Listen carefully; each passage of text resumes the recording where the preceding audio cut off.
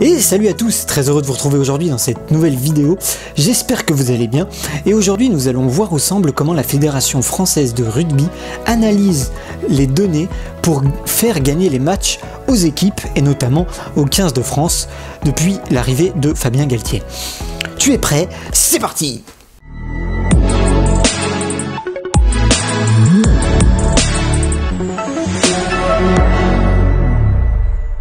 La Fédération française de rugby a annoncé il y a quelques semaines qu'elle s'est offerte les services d'une entreprise américaine, SAS, pour analyser de façon plus poussée les données sportives auxquelles elle a accès. Il faut savoir que la Fédération française de rugby mettait déjà ces données à profit par le biais de capteurs ou boîtiers GPS installés dans le haut du dos des joueurs dans le maillot à chaque match, qui enregistrent des informations telles que l'intensité des chocs, la vitesse ou encore la distance parcourue par le joueur. Mais depuis l'année dernière, le 15 de France et son sélectionneur star Fabien Galtier ont passé un nouveau cap en signant un contrat avec une entreprise américaine spécialisée dans l'analyse de données à très grande échelle. L'entreprise a donc créé pour la Fédération française une plateforme qui analyse les données des rencontres internationales des 3 ou 4 dernières années, mais aussi celles du championnat national, le fameux Top 14. Elle s'appuie pour l'heure sur environ 1400 matchs, mais est automatiquement actualisée à chaque nouvelle rencontre. D'après Charlotte Douet, data scientist chez l'entreprise américaine et chef de projet sur le contrat entre le fournisseur et la Fédération française de rugby, elle explique que les données, ils appellent ça des données événements, qui leur permet de connaître la timeline des matchs, de savoir quelles actions de jeu ont été produites, à quels instants, quelles stratégies ont été mises en place et comment cela a joué ou non sur les résultats du match. Ces données, donc appelées événements, dont la captation est assurée par un prestataire extérieur, s'ajoutant dans la base de données à celles apportées par les boîtiers GPS, ainsi que celles fournies par les entraîneurs et les matchs du 15 de France, directement codés par les équipes data de la Fédération française de rugby. L'entreprise américaine, elle, se charge du traitement, du nettoyage et de la consolidation des données, ainsi que dans son intégration à la base de données, mais aussi elle analyse ces données et les envoie dans des rapports détaillés au staff de la Fédération française de rugby. Avant de continuer cette vidéo, sais-tu vraiment ce que c'est le rugby français, et notamment au niveau international? Si ce n'est pas le cas, voici un extrait de quelques secondes du dernier match de l'équipe de France contre l'Afrique du Sud.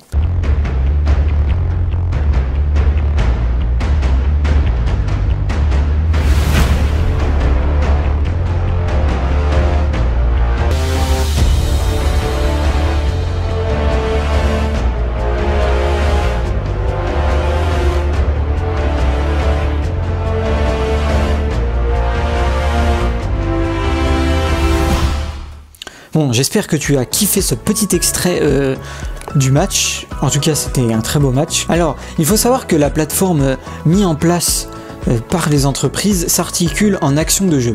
La touche, le jeu au pied, les rucks, etc. Elle fonctionne comme un moteur de recherche dans lequel on peut entrer des requêtes et des filtres. Tous les entraîneurs de la Fédération française de rugby ont un accès à la plateforme et ont été formés par les équipes techniques de l'entreprise américaine.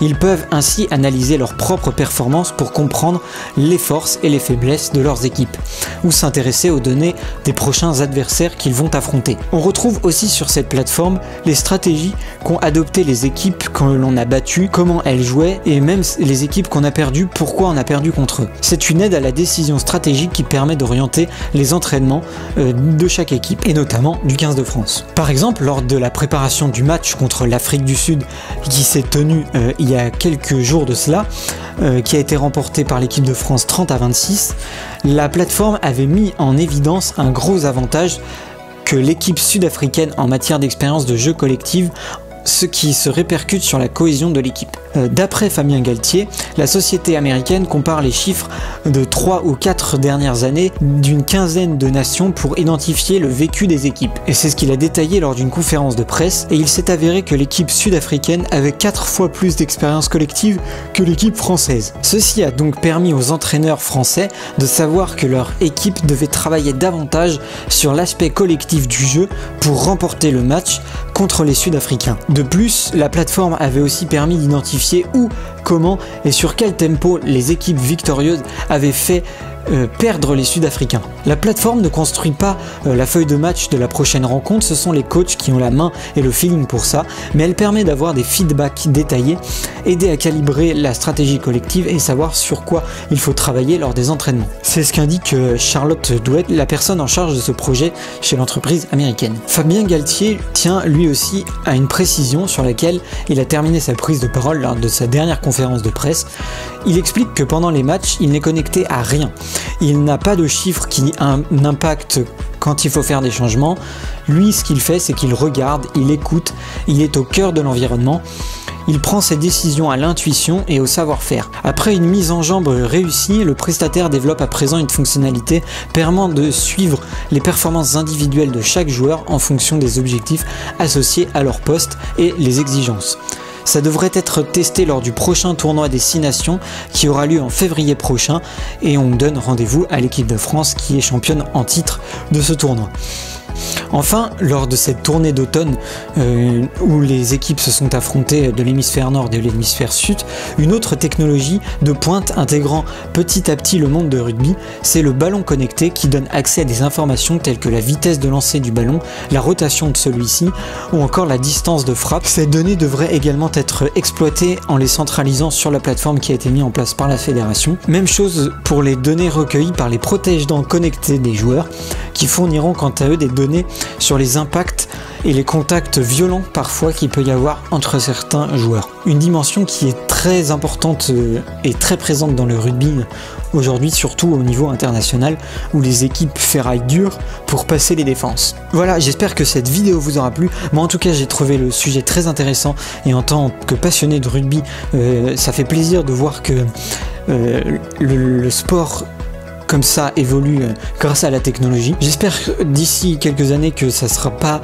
devenu une part entière dans le sport et comme je l'ai dit précédemment, que les coachs garderont quand même la mainmise sur les équipes. D'ici la prochaine vidéo, porte-toi bien, fais de belles photos, de belles vidéos, c'est très important et surtout, prenez soin de vous et ciao ciao tout le monde. Wouh!